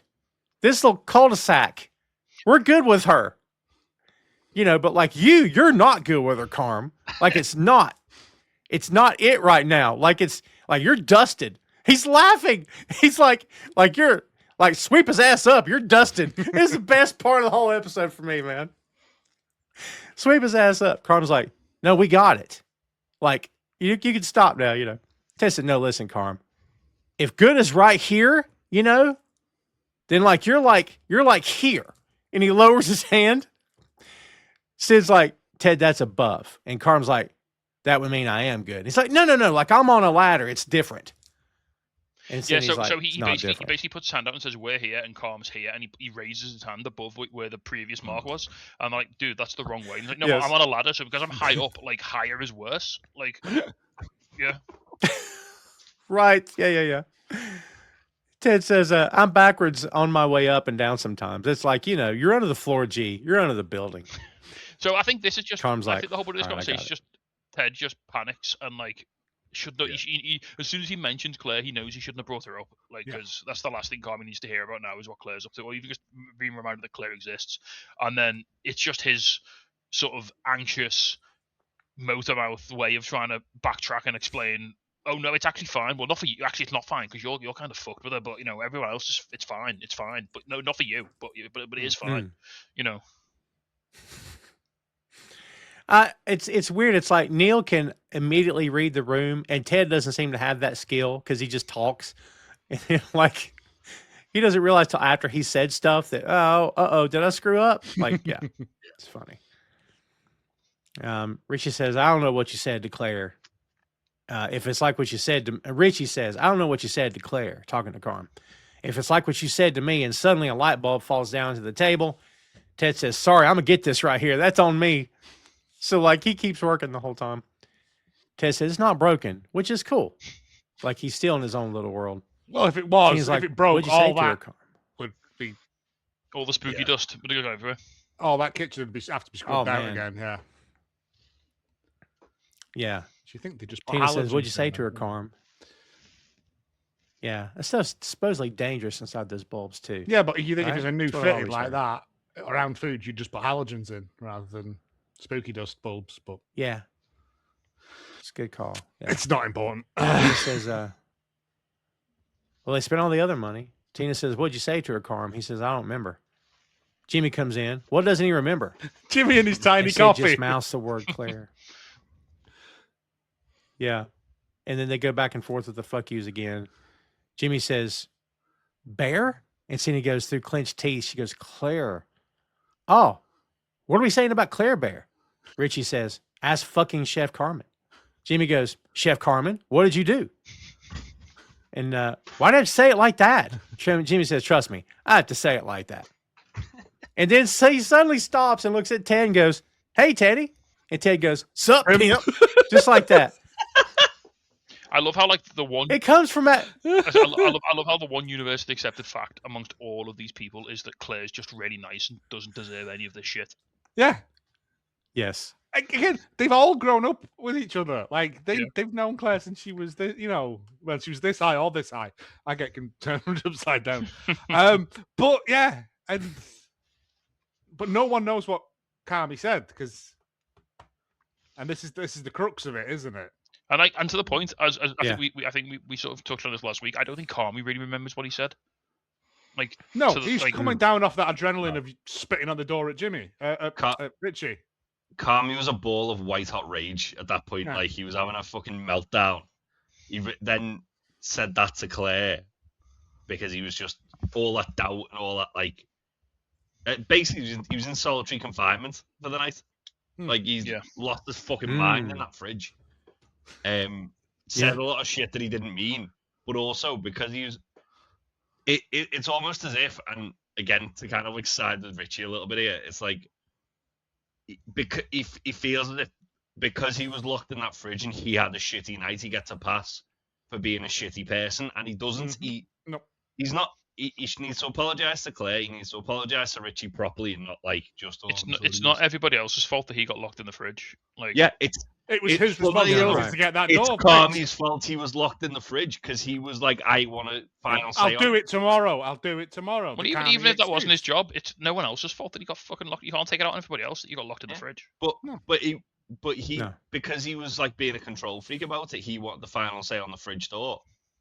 So he was like, I'll handle it, as opposed to just letting fucking Sid handle it or let Sugar Let handle Fact it. go and get. Yeah, he comes in the next day with a new handle. Yeah. 2-minute job. But it again, it's all Carmy's own like. He's his own worst enemy. Yeah, it's all his own doing that he's like got himself into that situation, and it's his own. Like, I think because he thinks, oh yeah, like I had a shitty night, I get a pass, and it's like, no, you don't. People have shitty nights. Doesn't mean you can be a shitty person. Yep. Yeah. I've just read a thing here Sweeps where comes. the non-negotiables are just Carmy yelling at himself. Oh, That list is just him saying, "This is what I need to do. This is everything that I've done wrong up to this point. This is what led me to getting locked in that freezer. This is what I need to do." And then he's just handed it to everyone else because he thinks everyone else is on the same page as him. But it's I swear to God, the man's having a psychotic break at this point. He's having a manic episode. I agree with that. Sweeps comes in and says, "Why is it so quiet?" Tina says, "Because Karma's going to tell us what he said to Claire." Karma's just shaking his head in disbelief at all this. Sid says, "Has anybody checked in on Marcus yet?" Karma says, "Yeah, I tried him." Jim says, "Wait, what happened with Claire?" Richie says, classic behavioral dysregulation." What? It's good. Sidney says, Richie, please. He goes, "I see the patterns." And Swift's like, "She ever heard him talking in the fridge and we're just trying to figure out what he said." Carm says, "How do you know? How does everybody know?" Sweet says, "Group chat, bro." Like it's no big deal. Jim says, "And what did you say, Carm?" It's like, "Basically, I said that I thought it was all a waste of time." Tina says, "Because?" Carm says, "Because I am who I am." Jimmy says, "Yikes." And Richie goes, "Okay, who cares? Let's get some work done, huh?" Carm says, "I actually agree." "Well, then I actually take it back. Fuck you. No, fuck you." And they go back and forth again. Jesus Christ, Whatever man. he said, he was going to go, no. Like, it must be so draining. Oh, There is draining like watching. that bit though where he kind of like catches himself and goes, "No, actually, that is quite a good idea, but also fuck you." Yes. Yeah, Sugar says, "Let's move on." Some more bummers. Daniela quit, and Connor and Joey and Amy. And Carm says, "Who the fuck are Joey and Amy?" Richie and Sugar both say servers. Richie says, "Why'd they quit?" "Yeah, why?" Says, "Because they don't want to work in a dysfunctional kitchen." Both Carm and Richie at the same time say, "Show me a functional one." Are they right, gentlemen? Yep. Yeah, they're absolutely right. Yeah. Some are better than others in my experience. But I mean, hey, at least the guy who was doing drugs in this kitchen did out the back. yeah, he Yeah. wasn't just doing them off the chest freezer downstairs. Yeah. Yeah, but from my experience, most kitchens that I've been near have been like organized chaos. Yeah, because you've got people functioning on 4 hours sleep and coffee. Which is basically heat. what this is. It's organized chaos. Yeah. What, the podcast or the show? Yeah. Yes.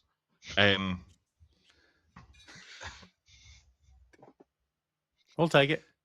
Better than disorganized chaos. Oh man, So that would have been a good name for the podcast, Organized Chaos Menu. it's been taken. They've all been taken. Trust me. Yeah, they've all been taken. Doorbell buzzes. Jimmy says, "That's for me," and he just walks off. Who is Carm it? says, "What is it now?" Nunya. Nunya. Carm goes, "What's it?" Jesus Christ. Like he catches himself asking. None of your fucking business. Yep. Sugar says, "Gary, you good for class next week?" Sweep says, "Yes, ma'am." Neil says, "What class?" Carmen and Richie both says, "Psalm class." "Stop saying the same shit as me. You stop saying the same shit as me." Like, Jesus. Oh. And Sweep says, "I'm going to go to wine school at the quartermaster." Neil says, "Can I come too?" Why would Neil just... Well, Richie, aren't you allergic to grapes? Yes. How would you drink the wine? I don't know. He just wants to be involved. Richie says, "Aren't you allergic to grapes?" And Neil says, "Obviously." Why is it obviously? Richie says, "How are you going to taste the wine?" Neil nods and goes, "Well." And nothing happens. That's all he does. I mean, you do. And Sweeps just makes a face spit at it him. out, but yeah, but it's like mess his mouth up. Oh yeah, it would if you were massively allergic. Then yes. Yeah. Richie says, "Oh shit, Gary, that reminds me. Richard Bett's Guide to Wine arrived for you." And he says, "Oh, appreciate it. Wait a minute. Is this a scratch and sniff book, bro?" Richie says, bite your tongue. Betts is a fucking G. I have no notes on this. Is this a real book? Anybody know? Yes, it is. I've got the I've got the bits here. So hang on. The book that gives Sweeps the essential scratch and sniff guide to becoming a wine expert, written by Richard Betts and illustrated by Wendy McNaughton, is indeed a scratch and sniff book. Per NPR, there is an elegant simplicity to the book, which pairs a 100 smell wine aroma wheel down to 4 basic categories: fruit, wood, humus, and other. Humus being the top layer of soil. Spaghetti hoops. Yeah. I'm kind of thinking I might get that because that sounds like a laugh. I like wine. I don't know enough about it. I know what I like, but my wife takes me to fancy places, and I'm like, yes. I ain't got a fucking clue. Like, all wine tastes the same, doesn't it? Like, really? Like, there's nice wine, and there's wine you go, I'm still gonna drink it. I've opened the bottle. Like, but I love scratch and sniff stuff. We don't get enough of that anymore. We should bring No, it back. I've not had a good scratch and sniff since the Noel's House Party one they did for Children in Need about 30 years ago. Oh man. It was a thing. Yeah, no, It was a I thing over remember here back then, too, stickers yeah. and I think I had a CD that was a scratch and sniff CD. Tom, Like- you've seen Slow Horses, right? Yes, I need to get back into it. I've only done like the first 2 seasons. I'm woefully behind. Right. So, Yeah. without any spoilers, there's 2 characters. I think they start in season 2. One of them's a gambling addict, and one of them's addicted to cocaine, and that's the reason they're both in like the house, in like the shitty house. And Carrie Oldman's character refers to them as a pair as scratch and sniff. Oh my god. Lovely man. stuff. Oh, that's wonderful. What a great role. What a great I love that. Jimmy's got a box in his hand. Sugar goes, "Wait, what is that?" He goes, "It's not for this, hun." Oh, He just that's keeps walking. absolutely blackmail pictures of like a local politician or something like that. Yeah. That's someone's head. Yeah. Sugar's head. Yeah, he's it is. going- It's like an envelope. Yeah. No, it's a horse's head he's going to put in someone's bed. It's fine, don't worry about it. Ted drops something again on the table. He says, "That's twice. My bad on that. That's twice."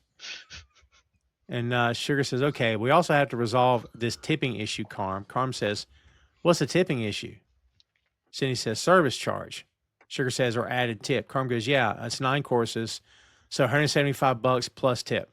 Richie makes a sound at this, and Carm says, "Richie, good." And Cindy's like, "Don't, please don't." And Carm says, "You can say it. Please don't say it." Richie goes, "Actually, I think it's a good price, so carry on." Still, fuck you. No, fuck you. No, and they just, back and forth, back and forth.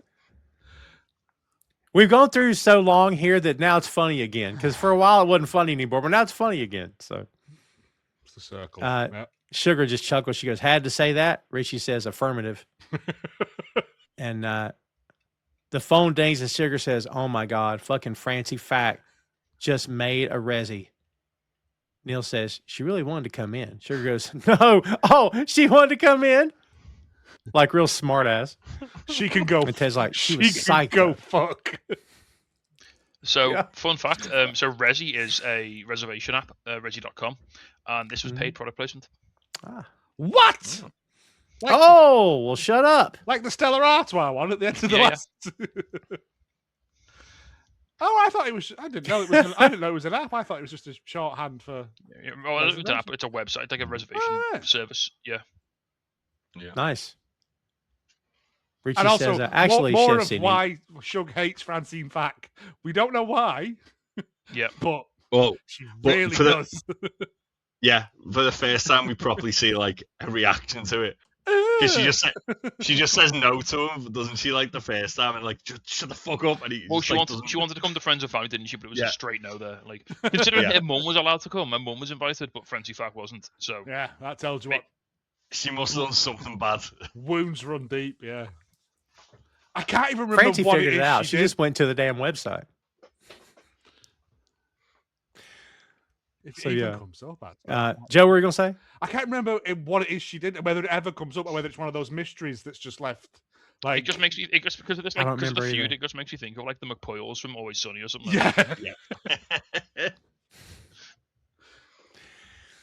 yeah, Yeah, it says, Chef Cindy, would you please let Chef Carmen know my additional thoughts about tipping is in general, it's a pretty fucked up practice. yep. And she says, well, I can relay your message, but I'm curious, why is it fucked up? It says, you judge a professional based on their performance and determine how much money they're going to make. I love this That's next fucking bit. stupid. I go to see a play. The actors are bullshit. I don't pay them. I was with Richie up to this point, guys, and then he just lost me because I think he's talking out of his ass at this point. So, Carm says, I'm sorry. Do you go to a lot of theater, Richard? No. I think Richie's making a point. So good. The theatre actors get paid the same amount. They don't get paid a fee based on how good you think they. Like no one's the theatre actors aren't shaking a bucket on the way out of the theatre for you to pay them what you think their play was worth. Yeah. I just don't think it's the same correlation. I don't think it's the same You're still thing. paying someone. It's still a skilled trade. It's a performance. Like dinner is theatre. Yeah. Do you tip a builder when they come and build you a wall? If you pay them in cash, you might. Well, obviously it's a builder. But But no, it's what's that, Joe? Mate, like I talk to tradespeople. I get Harvey to do that for me. They'll be going on about football, and I'll be like, yes, yachting. Yeah. Joe's like fuck around tradespeople. I don't know. When the man couldn't put the washing machine in, I had to hide upstairs. It's embarrassing. Try and hold the dog. But why is it okay with food? Like the servers. I mean, in America, it's different because servers' wages are topped up by tips, whereas in Britain, everyone gets paid a shitty minimum livable wage. Legally fair wage. Legally fair wage. So tipping isn't such a big thing here. If I've had a good meal, I will tip. If they put a service charge on, I'm not tipping because you haven't given me that option then. Yeah, tipping is like a sign of respect. In over here, like if the server was really good, you'd maybe slip him a $5 on the way out. Yeah, just to say, but it's not like 15% or whatever. It's not like in America where if you don't tip properly, they chase down the street and scream at you. Yeah, because like Joe said over here, it is very much, at least it always has been, that the servers will get paid up to a certain point, and they got to make the rest up in tips. So, which is bullshit. If you can't afford to pay your staff, don't run a business. Yeah. Hey, I'm not blaming you. I'm just, it's just that weird thing of like. I totally agree. It's so heavily ingrained that you tip 15%, no matter, even if your meal was terrible. Like even if like they forgot your food or they dropped it. No, but or it was if the chef burnt your steak, it's not the server's fault, but they're the one who's going to get stiffed on the tip. Yeah, because the chef's still getting paid. Yep. We used to pool tips back in the day and split them between the front of the house and back of the house. Yeah, well, you tip people out, man. That's like not tipping people out. Tory behavior. You can't be doing that. There's some restaurants here that on the bill it will say tips are shared with the chef, because we've got like one of those Japanese restaurants where they cook in front of you, and the bill is always said at the bottom, tips are shared with the chef. Because he don't have a basket there as he's cooking for you, taking money. He just does his thing and he gets out. So like, I've never been to one of those places because I don't think I'd enjoy myself. So cool. Oh, dude, they're so. I wouldn't know what how to behave. Can't speak for everyone, but haven't you been? It's one, awesome. Like by your flat tasting? I've not been to the one that's literally over the road from my flat now. It's very good. We should go sometime. It's very good. My friend went and he said they threw bits of hot chicken at his face, and I was like, "I'm out." If the right person does that to me, I'm having a good time. Yeah, they throw like they do like potato where they like slice it up and then fry it in front of you, and they like catapult it into your mouth. And one did hit me on my cheek and burn me, but it was really good potato. But it's I don't want that. Fun. I don't want danger food. No, I'll just. It was nice. It was nice when I was eating it, but it hurt my face for a moment. I did have a red mark on my cheek for the rest of the night. The chaos tends to die down, or it starts to die down, hopefully eventually. Marcus comes in, and everyone gets quiet for what seems like forever. Marcus says, nobody has to say anything. I just want to work. Just want to be here with y'all and not think about it for a second. Cool? What is this? And they all say non-negotiables. And Sydney says, it feels like a good time as any to get back to work, yeah? Richie says, fuck yeah. And she tells Tina, let's go to the farmer's market together. You want to pull up the van? She says, yes, chef. Carmen's just watching Marcus. He's taking off his coat to get started. And Sugar's talking about reservations and new hires. Richie says, I'm going to implement some side work. So they're all starting to get about their business. And Sydney says, great. Carm says, yeah, I will set the menu. Gary, Neil will do a walkthrough. You can pass it along to Richard, okay? Jesus. And Carm says, hey, Ted, we good? Ted says, yeah, we're good. Carm says, okay. Can you level some of the tables out front, please? He goes, chef. So he says, thank you. And he says, we're about 8 hours to service. And they all say, chef. Everyone walks out, and we get a shot of all the dishes on the table. Carm goes to Marcus and says, look, I know that list probably looks crazy. He says, not to me. Carm says, you said you don't want to talk about it, and I get that, but I just want you to know that some of us here, we probably know how you're feeling. Marcus says, I know. It's a weird couple of days. Carm says, yeah, just maybe, instead of not dealing with it, try to, Marcus says, is that what you did? Mm-hmm. And Carm just kind of chuckles. He goes, no, I'm here. If you need anything, I'm here. Marcus says, I was here when she died. I know that. And Carm's like, I know, and I feel terrible. Marcus is like, no, it's a good thing. I mean, I think that's how it was supposed to be. He says, how do you mean? He says, I don't know. Like, she wanted me to be with y'all. This is what's up now. This place has got to work, and I need you to do something for me. Carm says, yeah, name it. He says, take us there, Bear. And Carm says, yes, chef. This, in my notes, guys, is I have, this is what Carm wants. This is who he wants to be, the guy that's in charge, steering the ship, leading the way. This is his role in all the chaos. He still has issues with the communication. And at some point, those issues will somehow, some way need to be addressed. My God, address the issues. But we get Nice Dream by Radiohead playing us out. I don't want to get too somber at the end of this, but does anybody have any thoughts on what Marcus said about how she wanted me to be here with you? This is how it was supposed to be. I think it's just a case of, so Marcus, like, he always, like, when his mum was in hospital and she wasn't conscious, we never saw her like awake, did we? We never saw her like lying down in the bed. But Marcus was always like telling her about work and telling her he was obviously very. I don't know if we never know if like she was openly proud of what he did, because we never got to see her speak or talk to him in any way. Mhm. But you get the feeling the way that Marcus talked to her about the restaurant that she always maybe took an interest in his sort of culinary career. And so I don't know if Marcus just thinks, this is how I'm going to honor her. This is my, it's almost like he says to Carmy, like, he's saying it's like a guilt trip, but he's almost saying to Carmy at the end, they're like, look, I missed this for this. Like, this is what she would have wanted me to do. This is what she would have considered important. So, like, it's up to us now. We've got to make this work. We've got to make this a success, because I've invested, like, emotionally. Like, I've missed something important here because I believe in this so much. And it's another, as we say this all the time, that we, Tom, it's another little, even in an episode full of people screaming at each other, it's a little 2.5 minute conversation with two people just having a really poignant conversation about grief and trauma and loss and, sacrifice and everything. And it's where the show really shines, as always. I think as well, Yeah. the way like Marcus is kind of like dealing with it, even though he calls Carmy out on it, it's like he's gonna do the exact same thing. But he's got a reason for it. But it's not like he's not Oh, yeah. doing it because he doesn't want to think about it. Well, he does sort of, like he says at the start. He's like, I just want to come and like, that's valid. Like, say, like, I just want to come to work. Like, my home life's an absolute wreck. I just want to come to work and I just want to forget about it for a few hours, and I just want to get on with my job, and I want to do something to put my mind to something and make myself feel proud of it. It's what she would have wanted me to do, but I think he's doing, and like, as you said, Jay, Marcus is already, he's having a very similar journey to Carmy in his early career.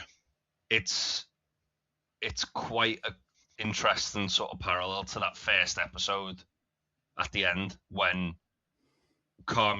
in the first episode, Carmy suggests something to Marcus, and Marcus follows it, sees it's really good and works, and is completely on board then with everything Carmy does.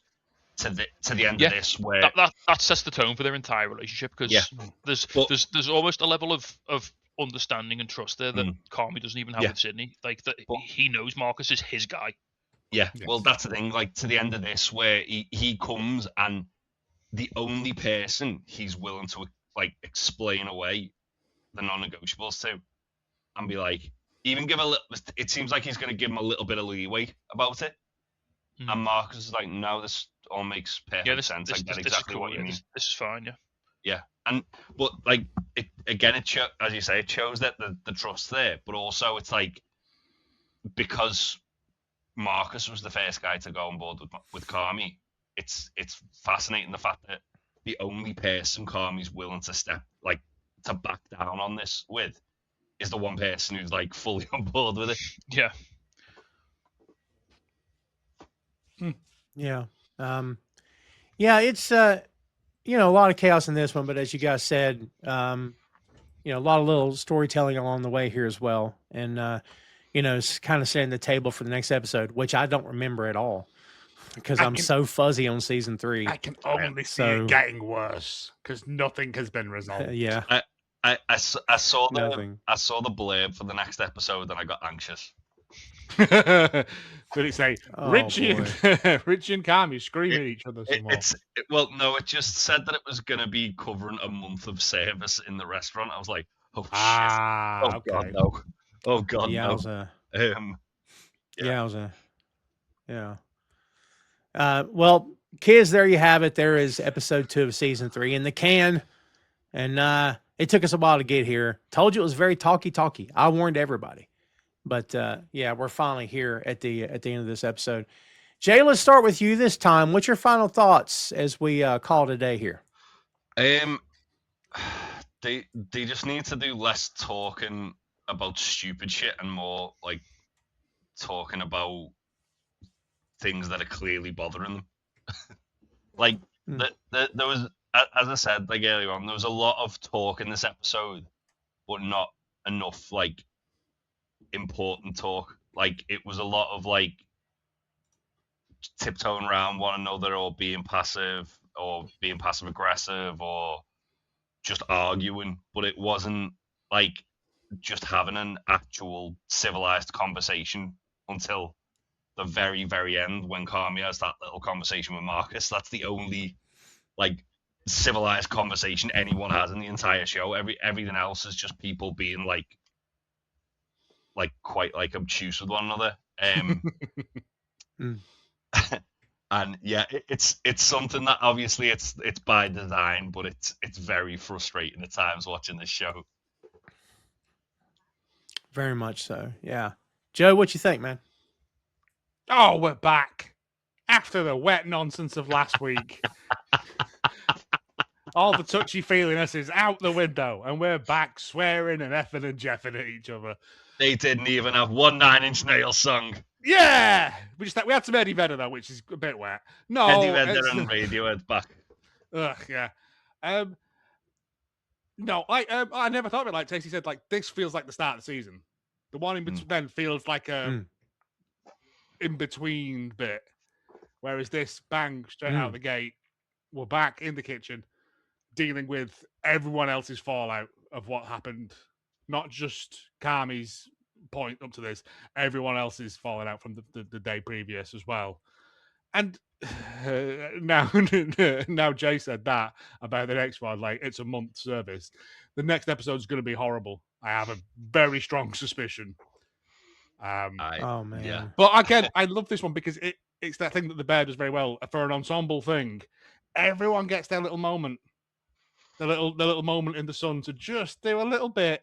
Just do a little funny bit or a little acting bit or whatever, and it's and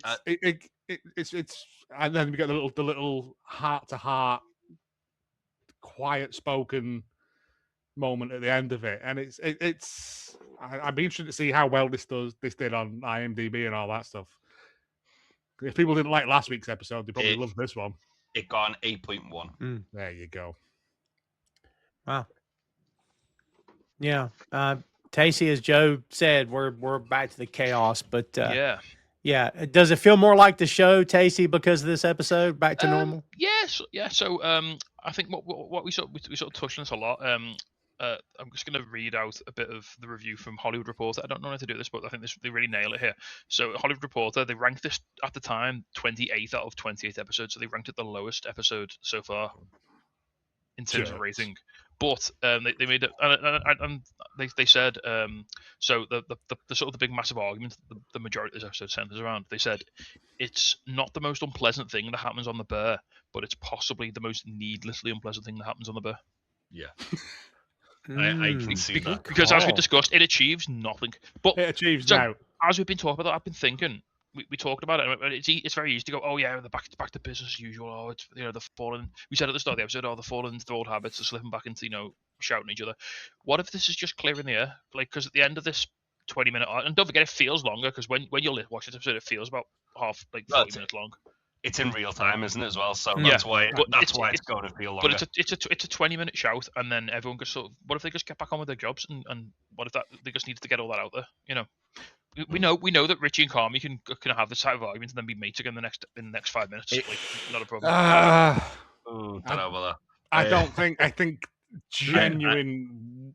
Like You think damage has been done here? I think emotional trauma +2 emotional trauma has been done. Emotional damage. I think for the first time in the entire in the entirety of the series, it's the first time Carmy's actually hurt Richie with something he said to him. I could buy that actually. Yeah. Because again, that was unchecked aggression that he did, and as we established when we were doing the finale of season 2, that was Carmy literally looking, as you said, Ben, earlier in this episode. They know exactly how to hurt each other. Yeah. That was Carmy literally going into his bag of tricks and finding the one thing that's going to hurt Richie the most. But to that point, is this a turning point? Is this a watershed moment, or is there a way back? I guess we'll find out. They just need to go and sit and have a beer after service and fucking talk it out and do that little thing you do on the chest. But right, yeah, just I think it'll be interesting to see. I will say as well, one thing I forgot to mention was the way it's mad, the way that Sydney's been trying to rein herself in to rein everyone else in, and then when it kind of does hit the breaking point, she's just like, right, let's just get to work. Yeah, and does just kind of start delegating people things to do. Like what Carmy should be doing, but isn't, because she's too busy arguing with Richie. Well, like what Carmy should be doing, but also what Sydney desperately wants to be doing. And whenever she's given the opportunity to do that, she kind of shies away from it. Yeah, I mean, at this point in this show, they should be doing this so much they've worn a divot in their shoulder. You know what I mean? God almighty. Well, kids, as we said before, that does it for us here today. And lots more to come. Now I'm really looking forward to the next one and even more chaos. Yeah. So I still love it, though, but it's all good. Always a lot to go through. But we hope you enjoyed this one, folks. And we hope that you're still coming along on the ride for us with us here on Bear Mode. Please remember, if you are watching this, I assume you're watching this on the YouTube, right? So be sure that you are following Boing Studios there on the YouTube. And none of our content's behind a paywall, kids. We got a bunch of podcasts there dating back to 2014. A new podcast just is coming out now. The guys are reviewing Buffy the Vampire Slayer. Yes. So go check out Double Meat Palace. Yeah, so we've got a lot of cool stuff there. And please, if you will, check out boingstudios.com. You'll find links to all three of the gentlemen you see here before you, besides myself, to their shows. So you can go check out what they're doing as well. And as always, we appreciate you hanging out with us here today. Share the word, kids. Spread the word about Bear Mode. We would very much appreciate it. But that'll do it for us here today, and we'll see you next week. So for Big Tasty, for Joe, for Jay, I'm Tom. We'll see you next time, kids.